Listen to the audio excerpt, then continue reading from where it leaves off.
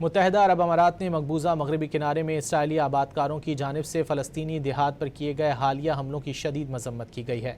اماراتی وزارت خارجہ کے بیان کے مطابق تازہ ترین واقعہ طولکرم میں ایک مسجد پر حملہ تھا، جسے مسلمانوں کے خلاف اشتعال انگیز کارروائی قرار دیا گیا۔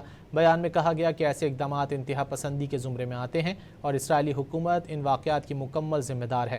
متحدہ عرب امارات نے مطالبہ کیا کہ حملوں میں ملوث افراد کو قانون کے مطابق سزا دی جائے۔ متحدہ عرب امارات نے مقبوضہ مغربی کنارے میں اسرائیلی آبادکاروں کی جانب سے فلسطینی دیہات پر کیے گئے حالیہ حملوں کی شدید مذمت کی گئی ہے۔